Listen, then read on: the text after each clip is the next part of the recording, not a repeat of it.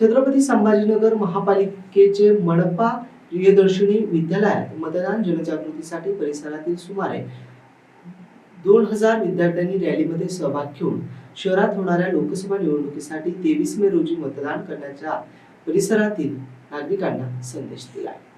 मतदार जागृतीसाठी उपमुख्य कार्यकारी अधिकारी तथा जिल्हा निवडणूक वातावरणात निर्मिती प्रमुख सुदर्शन तुपे आणि उपायुक्त अंकुश पांढरे, स्वीप नोडल ऑफिसर स्वप्नील सरदार मार्गदर्शनाखाली स्वीप अंतर्गत प्रियदर्शिनी शाळेत पालक मेळावा घेण्यात आला।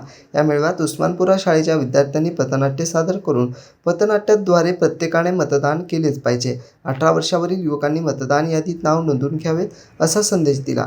हे पथनाट्य मनोहर महाडिक यांनी लिहिले होते। पथनाट्यातून लोकशाही बळकटीसाठी मतदान करणं आवश्यक आहे, सर्वांनी मतदान केलंच पाहिजे, तसेच उखाण्यातून मतदानाविषयी जनजागृती केली।